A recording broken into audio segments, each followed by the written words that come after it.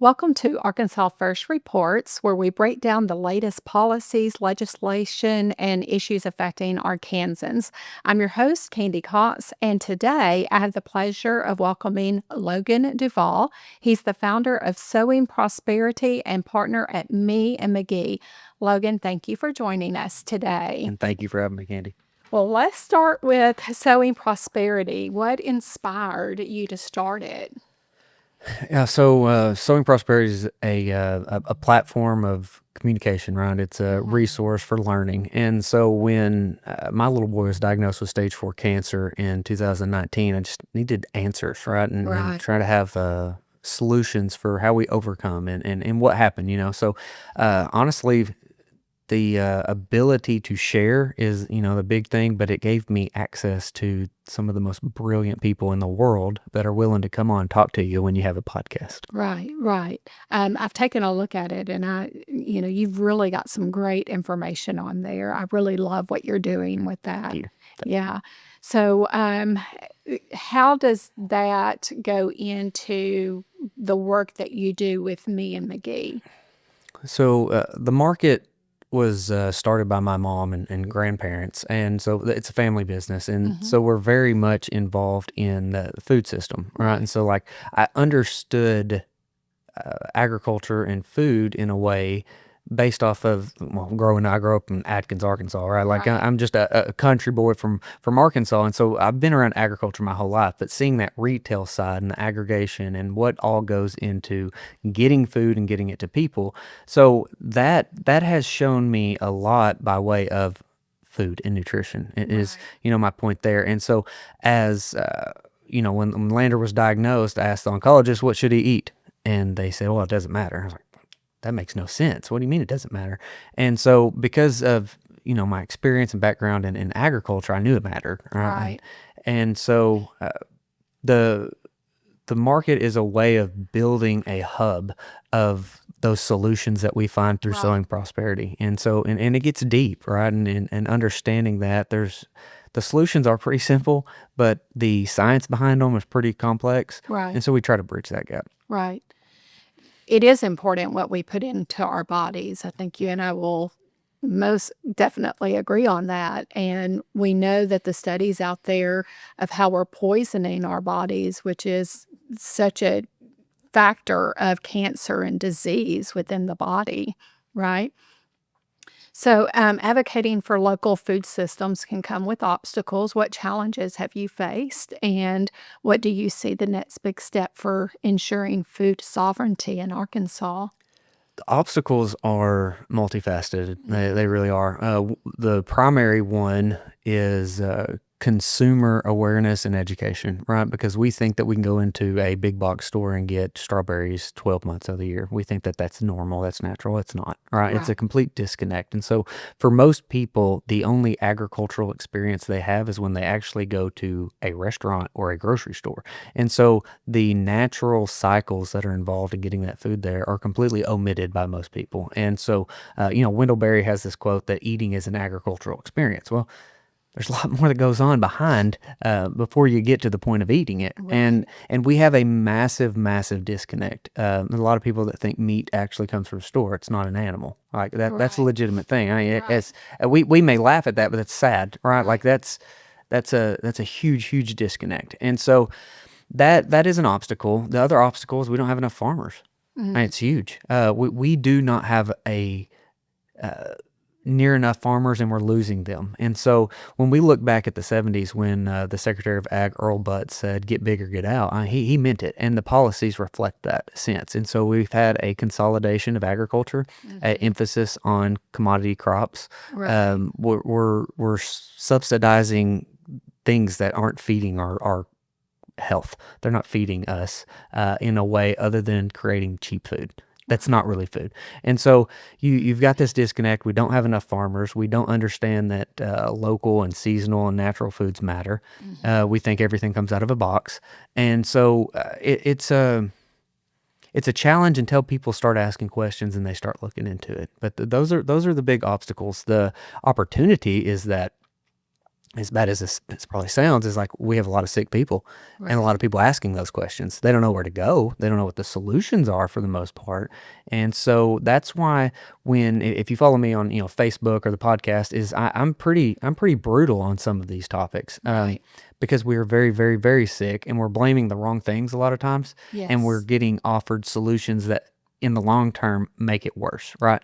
So the opportunity is like the health of our communities and people. That's a big, big deal. And I don't think people realize to the degree at which we have lost that sovereignty over our food system. hmm I I agree. I think on a couple different scales, like thinking about going to um, the farmers markets, for instance, it's become more of crafts Yes. and less of food. Yeah. And that's one of the things that I notice when going to the farmers markets is that's what you see more of. You see food trucks, and you see a lot of craft booths, and a few sprinkled of Yeah. the actual farmers that are there. But Candy, that's a great point, because that is where that consumer education has to come in. Right. If you're going to a farmer's market, there's seasons. If it's Yes. going to actually be local. And so you get consumers. I think of this meme where it's like 4 different pictures, and like one picture, the man's leading a donkey and his wife's walking beside him, and they're like, stupid people, they don't ride the donkey. And then in one, it's the wife's on the donkey and the man's leading. Oh, I can't believe they do that to the donkey, Right. right? And so it's a different example through all 4 pictures, and it just kind of goes to show that we're going to critique everything. And what happens, and my point with that was that when they don't have something, people complain that there's nothing here. The farmers Right. aren't here with their stuff and nothing's here, so now we don't go. And so the craft thing should not be the primary focus of any farmer's market. I agree wholeheartedly. But when we look in the seasonality of diet based on location, the winter we should be a animal-based diet. That is the Yeah. natural diet for a temperate climate, right? And so Right. as you look into, say, the Eskimos, Inuits, when we look, they have a carnivore lifestyle hmm because that's what plants don't grow there, right? Right. During the most of the year. So when you look at us, that's a much different. December looks a lot different than July, looks a lot different than October. And Right. so when we have farmers that adhere to that and provide that, which is a lot, like it's a lot of hard work, then we can have viable farmers markets, but not when the consumer expects strawberries in October, right? And not when you don't realize that we should have a meat heavy diet in the winter, Right. right? So, what I think needs to happen with the farmers markets is we need to be a lot more meat heavy. hmm The produce has. This is gonna sound ironic. We've been lied to about produce. Okay, Right. like this is our healthy alternative. You should be a vegetarian or a vegan, and fruits and vegetables are what are healthy, and that's what you need to eat. That's not true either. hmm And this really goes into that industrialized model that we've had since World War II, to where we're covering it with chemicals, right? Right. Petrochemicals. We've got glyphosate, we got dicamba, we have all kinds of junk that is mind blowing. Nutrient deficient food, right? We don't even have minerals in a lot of these. And Right. so like when we think we're doing good, there's more to it as hmm well. So the education it's massive. Right. I'm going to the carnivore aspect of it. I am one that suffers with lupus, Uh-huh. and went through a really bad period where I got really sick a few years ago, and really had to come to a point where I had to really look at, and I was one where I eat, rather healthy, which I don't eat a lot of junk and I don't eat a lot of processed foods. And, but I had to really take a look at exactly what I was putting in my body. And about 5 months ago, I went to a strict carnivore diet, and not only, lost weight that I could not lose even when I wasn't eating anything, but feel better than I have in years, right? Like it totally changed my body. Yeah. And we have to pay attention to our bodies, and we have to pay attention to the things that we're putting in our bodies. And one of the things that I had to take a look at was the accessibility during the workday. We're kind of a people that like the instant gratification, Absolutely. and we eat out a lot, and we eat a lot of carbs, Mhm. and we're putting a lot of processed foods into our body, even when we don't recognize that that's what we're doing. And I just think about when I was young versus now, the type of like starting with breakfast, right? When I was young, we cooked breakfast. My mom would cook breakfast every morning. Now, what do kids eat for breakfast? I mean, they eat cereal, which It's is garbage. garbage, absolute garbage that they're putting into their bodies. I have a son that is autistic, and one of the things as I was really digging into research about health and diet, but really started back with COVID, Mhm. right? I really started researching things then. Well, we removed all dyes out of our home. We became a dye-free home, and just the difference that Mhm. that made in his life, in our life as a family, but specifically his, Yeah. was, I mean, it was night and day, Yeah. right? Well, let's move on. You have been the center of a story here in Arkansas, and I know that we just passed legislation here. We call it the raw milk legislation. That was House Bill 1048. It's now an act, and it spans the legal sale of raw milk. Logan, you've been very vocal about this issue, especially after the health department forced you to dispose of raw milk for uh, that was labeled for pet consumption. And what does this bill mean for Arkansas farmers and consumers? It it means a lot. So I'm kind of on the fence on how I talk about this one. Though. So the reason that it was necessary for Representative Cooper to get this, on the docket and thankfully pass through is because the legislation that governed raw milk was absolutely insane, right? Mhm. So it went from not legal to I think it was 2014, and Senator Clark was involved with that one, getting it to where it was legal. But what that stated was that the consumer could go directly to a dairy and purchase it, right? And the idea behind that, or what they at least said, is that so the consumer could inspect, right? It's a self-inspection type of thing. Okay, I can get that. But what it also did was it limited production to only 500 gallons a month. So no, I'm trying to figure out where the public safety aspect Right, of that limit is, right. and it does exist. Basically, it's big milk didn't want the competition from small dairies. And the reason that small dairies are so important is because they are a hub of sorts for a community. So Mhm. I don't think we should have one massive raw dairy that supplies Arkansas or a region, right? We should have small dairies in every community. Right. Okay. But what the reality is that being a dairy farmer is difficult. This Mhm. is this is still a low margin, very, very hard work. And all the dairies I know take pride in it, right? Right. Doing it the right way. So what happens is these dairies tend to be in more rural areas. Mhm. Okay. Well, where are the people in Arkansas? Metropolises, right? We got Little Rock, we got Central Arkansas, we got Northwest Arkansas, we got the Jonesboro area. And so for most people to go get this raw milk, they have to travel an hour one way, typically, in a lot of cases, 2 hours. So we have 3 to 4 hours to go get some milk. Well, Mhm. that's a limiting factor, right? It's Right. legislation to limit the accessibility. Nobody wants to do that on their Saturday, their day off, right? For just milk. Now it's an opportunity to expand in that. So what this bill did was it allowed the dairy to be able to deliver and to be able to set up as like at a farmer's market. Now, Mhm. what it didn't do is open it up for wholesale, so I can't buy it Mhm. and sell it. Right, they can't produce more than 500 gallons. Like, there's still a lot of stuff that is It just still needs to be worked on. yes, Yeah. very much so. And so the other thing on raw milk, Candy, is that if it is a healthy cow and this milk is clean, right? Like we're using clean equipment, Mhm. and we keep that milk cold, it is unbelievably safe. And it is a superfood, okay? It is an Right. absolute superfood, and it's been a part of human history in many different ways, from, camels and donkeys and yaks and water buffalo.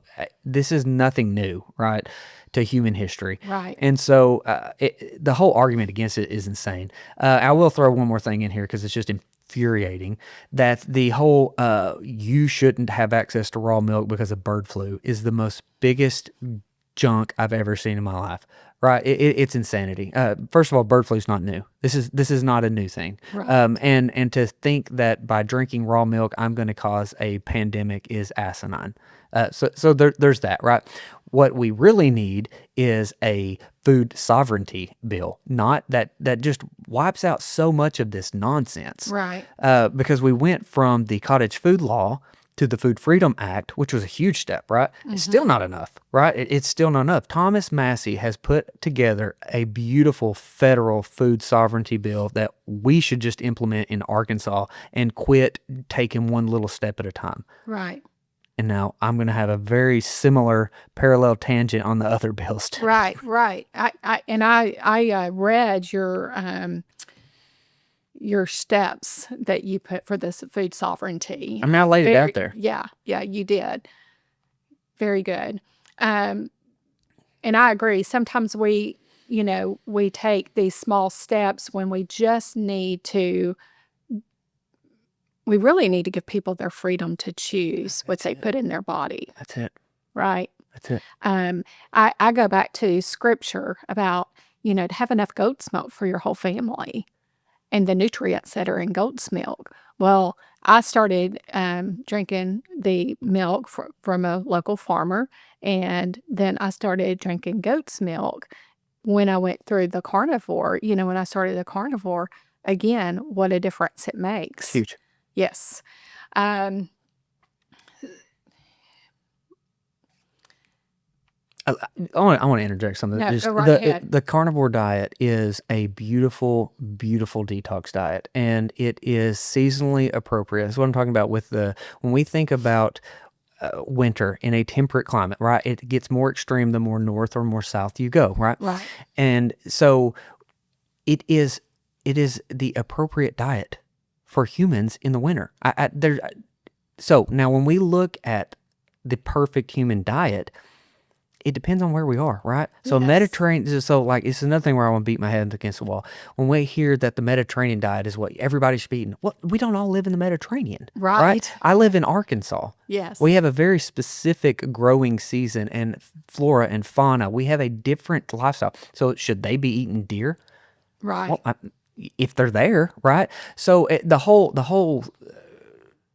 paleo, keto, all of it is it really is myopic, and it doesn't even go near deep enough because there's seasons, right? We have spring, summer, fall, and winter. There's a diet for each one of those. Right. And it depends on where we live. Right. I have a good friend. I think you know her. Her name is Elaine, and that was when we would have.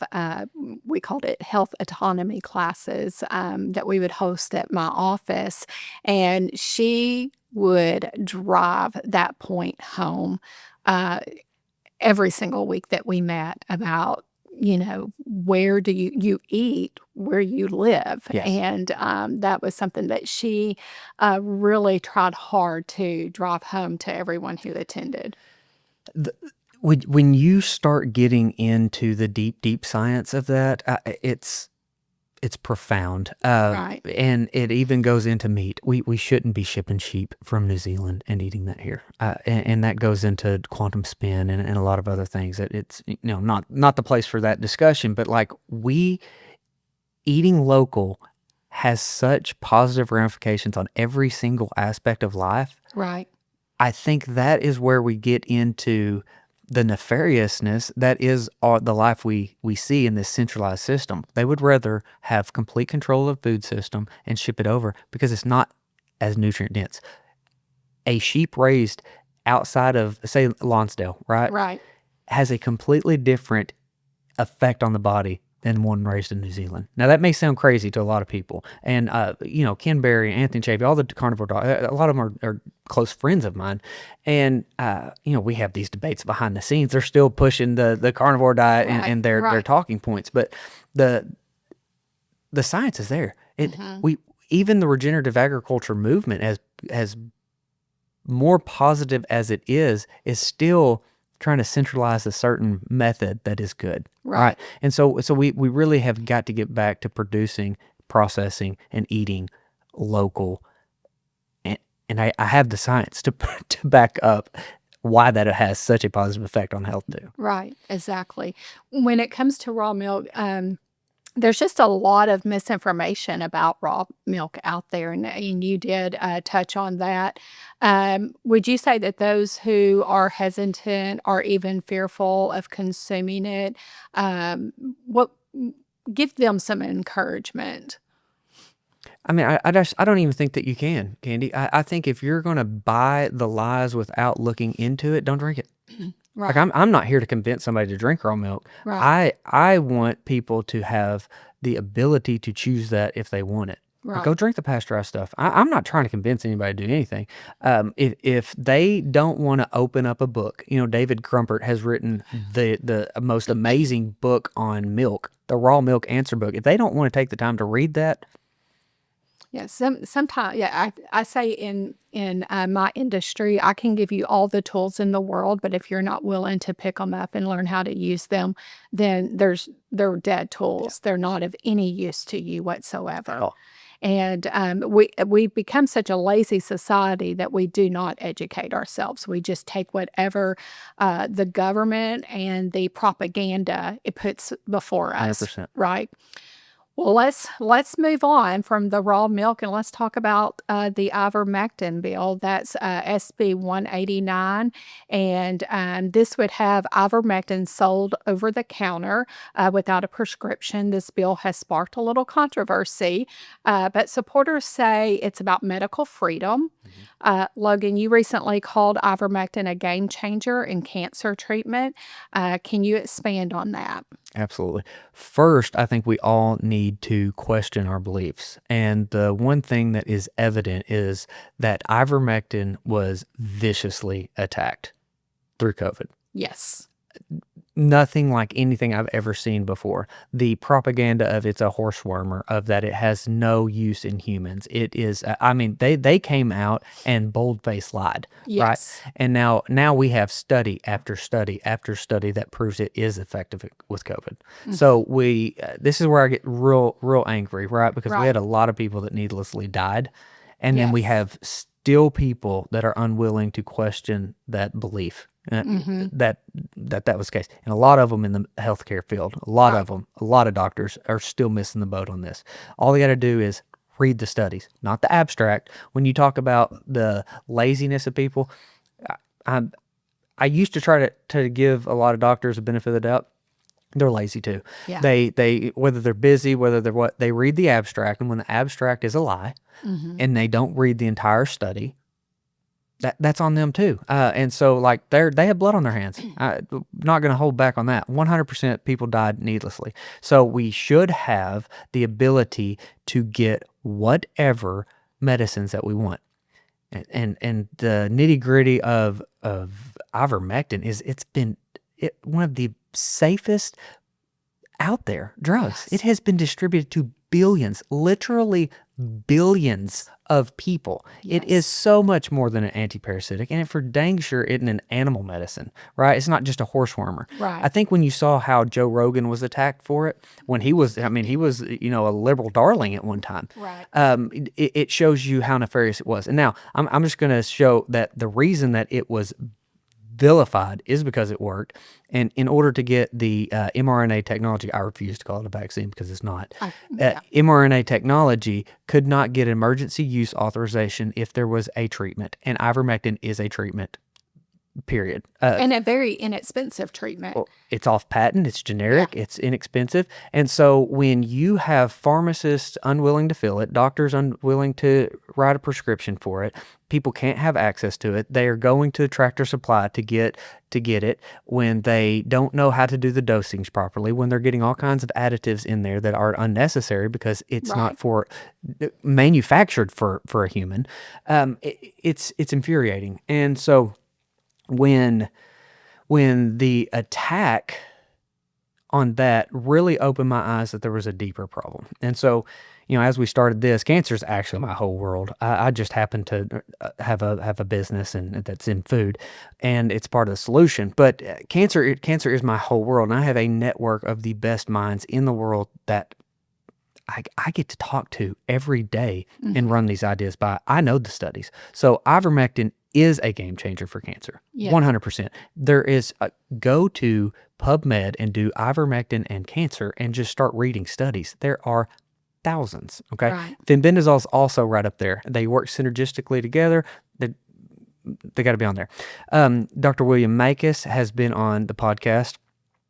He is putting out just relentless material on, sure, it's anecdotal evidence that ivermectin is helping people with cancer. I mean, left and right every day. And this does go back into the mRNA technology, that the reason that we have to have easy access to it.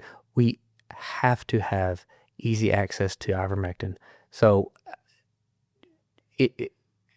the reason that is so unbelievably important is the most nefarious story that exists that everybody should know.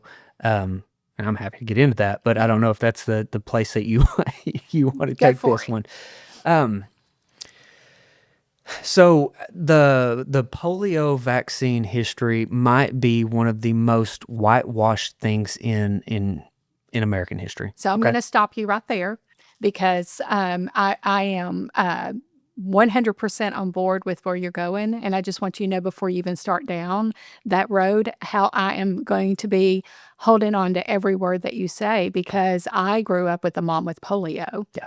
And it was a devastating It's horrible disease and so unnecessary. Yes. And I remember when I was pregnant, that was one of the things that probably the first introduction to me about looking at vaccines was with polio.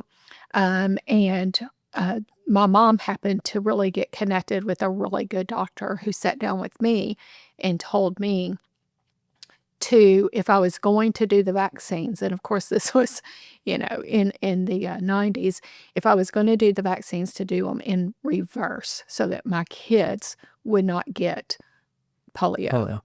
So go ahead. I just want you to know that that's going to have a very personal connection with me. So, Kandi, you're not the only one though. Like right. this is probably the most important story that nobody actually knows. Yeah. So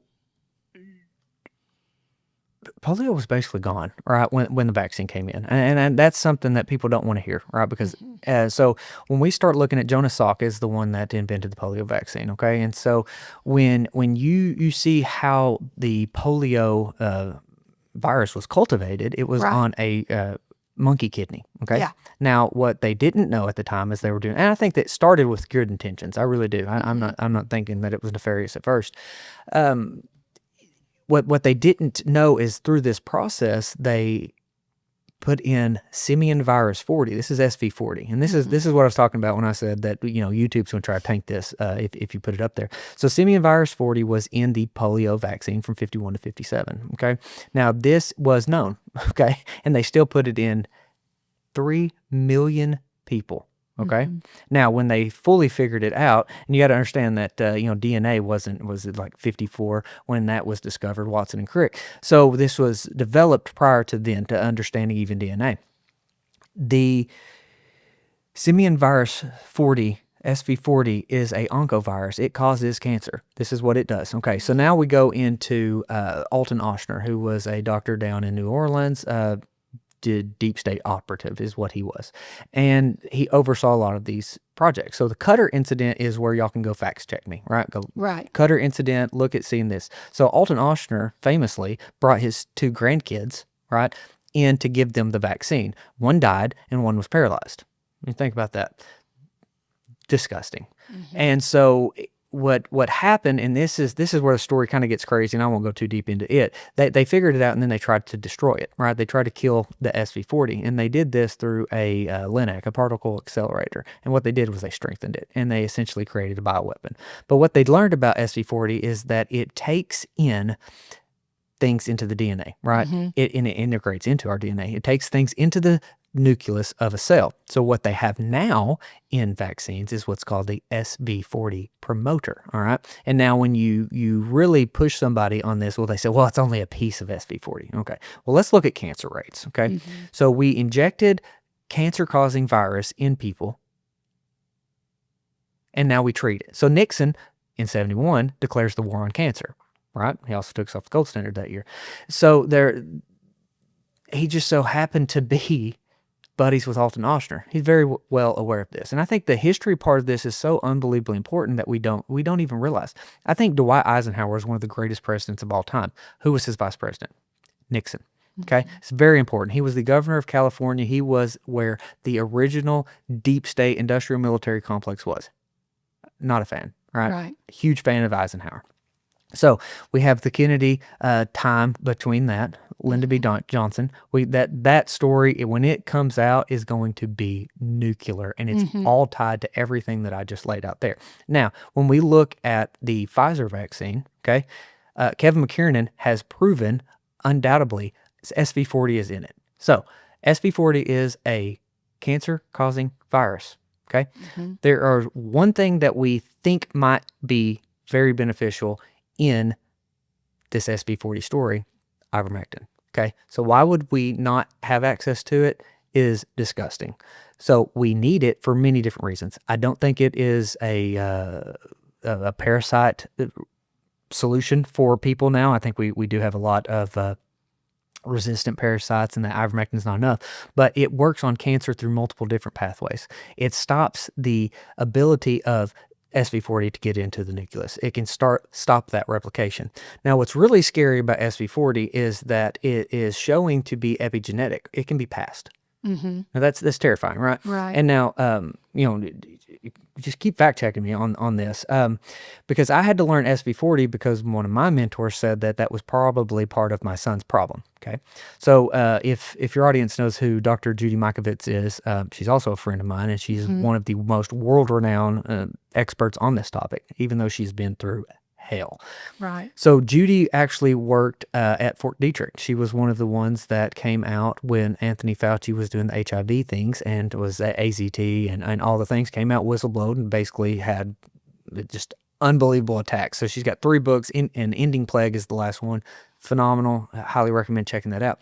So talked to Judy just the other day. And she says, Logan, this is a big deal, but, it's a bigger deal than you think. I'm like, what? Kevin McKiernan is great. Philip Buchholz at the University of South Carolina, he confirmed that SV40 is in the Pfizer mRNA technology. And so Judy says, well, there's more for you. The SV40 has been in every vaccine since 1953. I said, what? And this is where the promoter thing comes in. So when you look up Vero, V-E-R-O, Right. E6, this germline, this epithelial germline, has SV40 in it. This is a huge key to all of the vaccines. Lander had vaccines, MMR, DTaP, shut off the bile production in his liver, and so he pooped chalk white, okay? Pediatrician says, oh, yeah, this is a vaccine reaction. At the time, I didn't understand any of what I just laid out. Right. And the solution was we'll just break them up. We just won't give them all at the same time now. Looking back, it's just really, really infuriating. And so fast forward, stage 4 cancer, and I'm understanding things a lot better. And so now the reason that I'm so passionate about this is because I know why my son got cancer. Was Right. it only that? No, it's a concoction of the things that we're exposed to. But that was a massive part of it. And so I am a father that's mad as hell over understanding what happened and then understanding the flip side of it, of how cancer industry is a money-making machine. And when you understand that oncologists get kickbacks, they're the only medication, the only doctors that get a kickback from chemotherapy. Incentive dictate outcome. Incentive dictate outcome. They don't want anything outside of what they're doing. And so I don't even give them the benefit of the doubt anymore. So if you, as an oncologist, do not look at the studies of ivermectin and fenbendazole, because ivermectin actually makes cancer more susceptible to chemotherapy and radiation. More susceptible. It's not a one or the other. So I have stories of people just beside themselves. I get contacted by thousands and thousands of people on this topic for help, right? They're looking for help. Right. When an oncologist finds out that you're taking fenbendazole or ivermectin, they are refusing to see them anymore. Now, how disgusting is that? So when I say that this has to be passed, it is a completely nonpartisan issue. This is about the sovereignty and people, because cancer is going to continue to explode. It's not getting better anytime soon. Right. I know that when I was doing research during when the mRNA shots were coming out, one of the things with a couple of the doctors that I was following was saying, look and see what happens in 3 to 5 years. 3 to 5 years. So, one of the things that I've heard, and I'm sure that you have heard this as well, is if removing the prescription requirement for ivermectin, that could lead to people misusing it. I had this conversation yesterday with a friend of mine, and I said, you do realize that Sudafed at one time was by a prescription, and now you can get it over the counter. I mean, what are they going to do? It's not a psychedelic, right? It's not hallucinatory. Tylenol can be misused, right? Tylenol destroys your liver. Right. Ibuprofen destroys your kidneys, right? Like, these are over the counter. Aspirin is more dangerous than ivermectin. What would we misuse it for? You're not getting high. You're not, it's not doing anything. So, like, we are using such high doses within ivermectin for cancer that if that was a problem, they should be dying. Right. Instead of, it's not a cure-all. This is not a cure-all for cancer.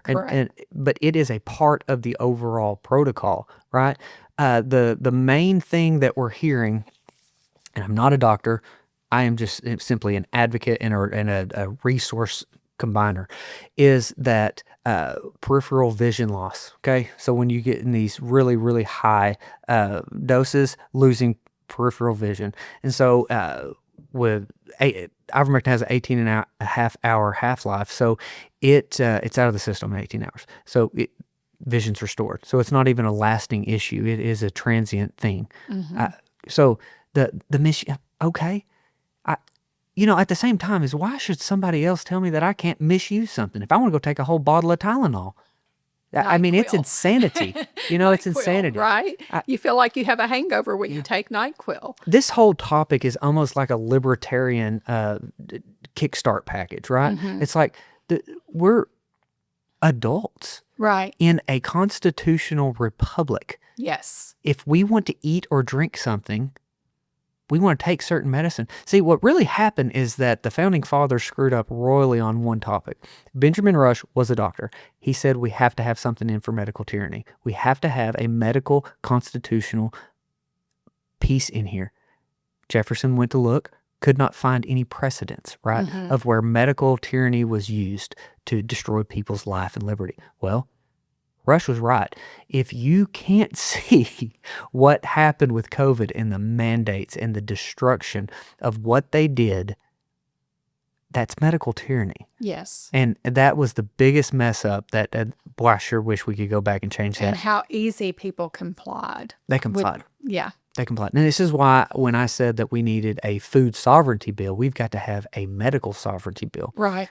Which rolls straight into the ability of having any type of practitioner we want. So the naturopath bill was SB 117 is absolutely, just a tip of what we're talking about. It shouldn't even have to have that. Right. It should be opened up. Now, who's going to be upset about this?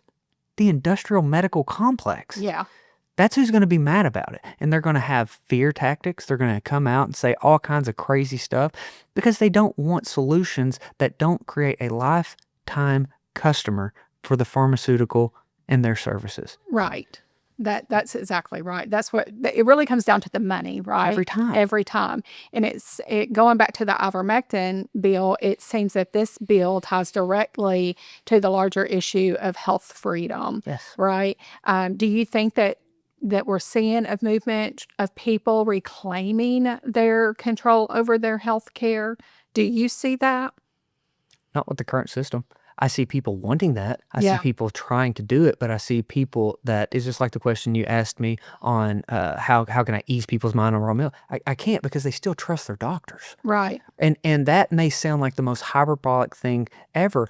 They still trust their doctors. So I have a loved one who has had some massive issues, okay?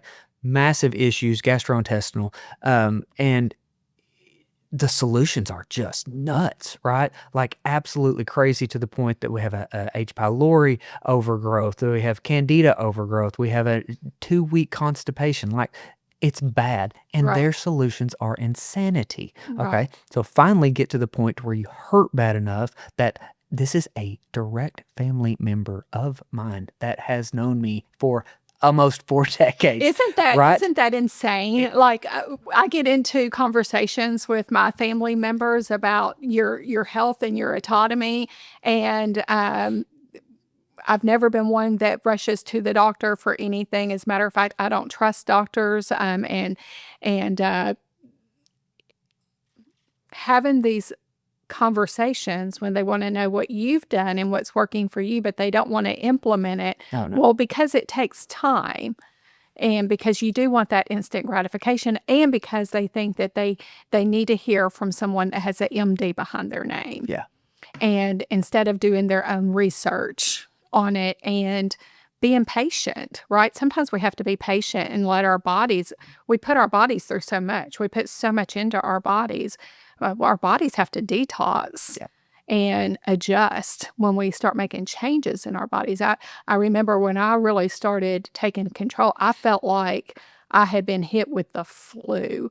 And it was really my body going through a detox time. And had I not researched that to know that, I would have been like at the doctor's office thinking I had the flu when I didn't, right? Yeah.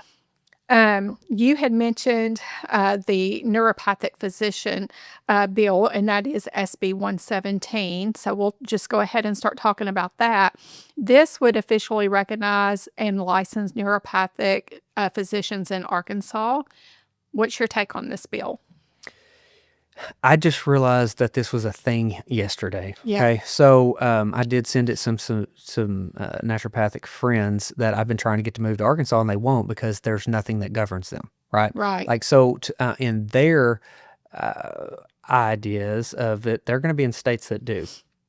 So they have been overwhelmingly for this. But they're still getting some people that have the kickback that no, this governs them, this causes it to be legislated and regulated and all these. So I don't know if there's any credence to that or not. My point is that we need medical freedom. If I want to go see a ND, I need to be able to have that right without the government being between me and my physician. Right. And physicians being timid about treating you or prescribing ivermectin in fear that they are going to be attacked and their license is going to be taken. Well, look at what happened to Amy Beard, right? Right. In my view, she's Yes. an absolute hero. I Yeah. love Amy. Yes. Absolutely. And she saved countless lives. Yes, she did. And mine included. There we go. So like we need more Amy's. We need people to question the narrative. We need and that mindset is found more in naturopathy. They're not perfect. I'm just gonna throw that out there. I don't think any line of thinking has the whole picture and the perfect solution. Right. That's why you have teams. That's why you need to have both. Right. Allopathic. So, I I worked EMS for years. Like, I was the one that you call 911. Me and my team, my partner, we're coming to save you, right? Right. Like, that's why you called 911. Right. So, like, I have seen the miracles of medicine, of trauma, of what we're doing, and we are incredible. UAMS as a trauma center is amazing. Now, when we start looking at mitochondrial diseases, these chronic diseases, that is where we have a cartel that is destroying our world. And they just so happen to have to be lumped together, right? Right. And so we have a opportunity to get a wider base of help, right, through different practitioners. And you know how many of them have left the country and have to operate out of like Central America because they will go to prison? Right. That's insane. Yes. Yes. Yes, it is. Some critics worry that licensing naturopathics could lead to overregulation, like you just explained when you talked to your friends in that field yesterday. So it's very limited Very. time. But where do they feel like that this bill could strike a balance, or do they at all? One that's actually in California said that she would get her license in Arkansas as soon as it went through. Okay. That she loved it. She thought it was great. Okay. So based on that, So I that's think it's positive. huge. Yeah. That's huge, Yeah. right? Everything's regulated, though. Yes. I mean, we just talked about milk. We're talking about milk. Like, that's insane. We're talking about Yes. milk. Do you know that you can only have 99 chickens before you have to get licensed? It's insanity. So when I'm saying we need medical and food sovereignty, we need that. Right. So just the other aspect of how, I hate the word democracy. We are not a democracy. We are a constitutional republic. That's Okay. right. So mob rules is part of our problem. Okay. That it is part Yes. of the problem. So when we have a true free market capitalistic economy, they weed out the bad actors, right? Yes. The bad dairies go out of business. The bad doctors go out of business. If we have some sort of egregious acts where they kill somebody, which, do you know the third leading cause of death in the United States is medical malpractice? Third cause. We don't advertise that. That should be a warning sign. If we're going to put warning signs on stickers on cigarettes, there needs to be a warning sign before you walk into a hospital that this is the third leading cause of death. Right? So there's a true free market is going to weed out the bad players. And we don't have that. We have regulatory nonsense that dictates the lives of all of us in America. Right. In your view, this bill is a step in the right direction, but we have to stay vigilant, right? What role should citizens play in shaping these kinds of policies? I think you need to vote out all of these people that are against it. This is not Republican and Democrat. And if anybody thinks that their party is not compromised, they are sadly mistaken. And I am not sitting here as wearing any color hat or anything. I am seeking the truth and the solutions. Right. So if you don't question every single one of them and you believe them just because they're in your quote unquote tribe, you're missing the mark. Right. So vote these people out. Good people that have good intentions, go get involved. Right. Right? I'm about to throw my hat in the ring. I'm about to get into politics, and I would rather do nothing but get in politics. Well, that's what got me into politics, right? Is because it sickens me watching what goes on, and it's not what you want to do, right? No. But you find yourself pushed in the corner where, if you don't fight, who's going to? If Right. you, then who? Right. And that's where I think a lot of us grassroots people are really coming up and making our voices heard. And our legislators do not like it. They do not like the voices being heard because for too long they have been able to do their work and not really have pushback. And they're starting to see some pushback. And the biggest reason for the pushback, I think, is twofold. One is that we have decentralized communication, right? Before, we had newspapers and we had a few news stations. Right. That's it. Podcasts, YouTube, the Rumble, all the different social medias that aren't being censored, right? That's a massive problem too. It's being decentralized. This is the new media. Big media, mainstream is dying Right. at beautifully alarming rates, right? And so that is a big deal. But the other thing is that you hit on the grassroots. There is nothing that I have come across, not one thing that I have seen stronger than a mother of an autistic child that starts questioning. And when they find those answers, they're a force. And so Yes. y'all get all kinds of credit because y'all move the needle more than any other demographic. For Logan, for almost 4 years. And so I have an adoption agency. 4 of my children are adopted. 3 of my children are special needs. 2 are high special needs. One is high medical special needs with many difficulties, and then my son, who is my youngest, with autism. And so there's 3 brothers. We got them when they were 3, 2, 1, him being the youngest, all about to have birthdays. His whole life, he's been on medication. His whole entire life. I've never known him to not be on medication. And as he was hitting puberty, again, I'm starting to do research, and I'm like, I really believe that these medications that he's on is causing a lot of the agitation. And there would be times with his agitation and his acting out that the only way that I could describe it to his psychiatrist and his doctor was that I was looking at a demon. And anyways, I fought with his psychiatrist for nearly 4 years because I wanted him off all medication. And it would be, well, let's switch this, or let's do this dosage. And she would make me feel like I was crazy for wanting my child off of all medication. A little over a year ago, things really took a drastically bad turn, but God uses all things for good, right? And we had to put our son in inpatient. And when I was talking to clinics about him going into inpatient, one of the things that I would talk with the intake specialist about is, these are the medications. He's on 5 medications, and we have removed dyes out of our home. We've removed gluten out of our home, and it has made some great changes. But I truly believe, like with everything in me, that these medicines are what causes these outrageous behavioral issues and the agitation that he has.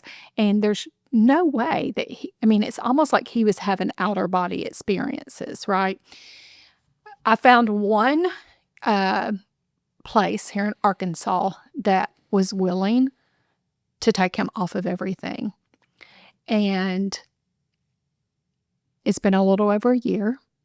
My son has not been on any medication, not one. It's like a whole different person. A whole different person. I could count on one hand in 17 years how many times he would hug me or anything. Now he is by me all the time. Hugs me, tells me he loves me. He comes to my room every night, sits down and talks with me. That hasn't happened in 17 years of his life until we took him off of everything. And I'm so thankful to the Lord that that we found a doctor that was willing to work with us on that. And he will tell you that he feels normal. That he feels like a normal person. And so you have to do your own research, and you have to advocate for your children and not allow for doctors to make you feel like you're unreasonable. Right? We had to take drastic measures, and I hate that it got to the point that it did, but at the same time, I'm so thankful that our voices were finally heard. Yeah, absolutely. Because what do you live in fear of? You live in fear of, CPS coming in and taking your child because you're not treating your child Right. effectively, right? When you know within your heart of hearts that what the doctors have him on is not helping him. Right.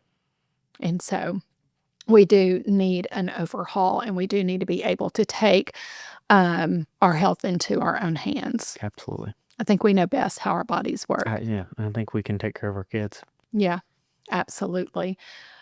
Logan, it has been a eye-opening conversation with you today, and I'm so thankful. But before we wrap up, what's your message to Arkansans who care about their food freedom, their medical choices, and alternative health care?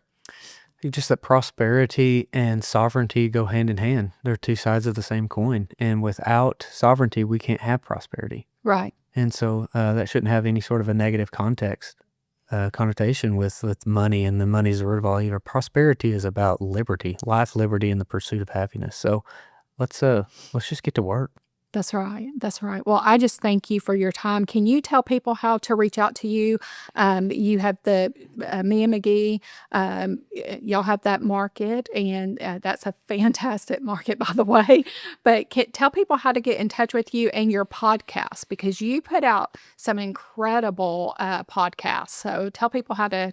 Yeah. So, I got to give a shout out to my mama. She runs that market, and she makes it what it is. So, without her, there wouldn't even be one. So, we're in North Little Rock, just a few miles past the airport, and just little place where we're just trying to do some big things. So, Facebook's our primary avenue on Me McGee Market. Sowing Prosperity, we're growing that. I will most likely lose the YouTube channel at some point, just because I won't stop talking about the things we discussed today, Right. because it's the truth and it's foundational. So Sowing Prosperity, SOWING Prosperity, across different platforms. We're about to launch the Sowing Prosperity Institute, where we're gonna teach people. I got a network. I got a team of just incredible people, and we're gonna be able to help. I don't know if you saw the Mel Gibson Yes. Rogan Yes. interview. Okay, so because of this network, we know Mel Gibson. So on Tuesday, he will be on the podcast. So it will be aired on Tuesday. So we go through and broke down what Mel said on Rogan. Mel's having, a little education and sharing. It's beautiful, right? And so we're just starting. It's amazing to see how Rogan has really, how his podcast has really transformed, right? And how he has transformed us. It's actually been very amusing to watch that whole thing take place. So, and I personally love Mel Gibson.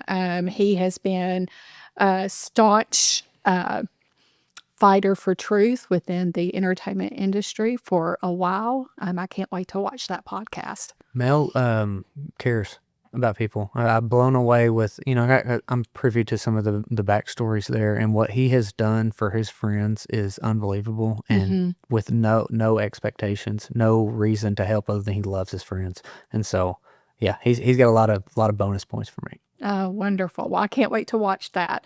Well, that's all for today's episode of Arkansas First Reports. Until next time, stay informed, stay engaged, and most importantly, stay free.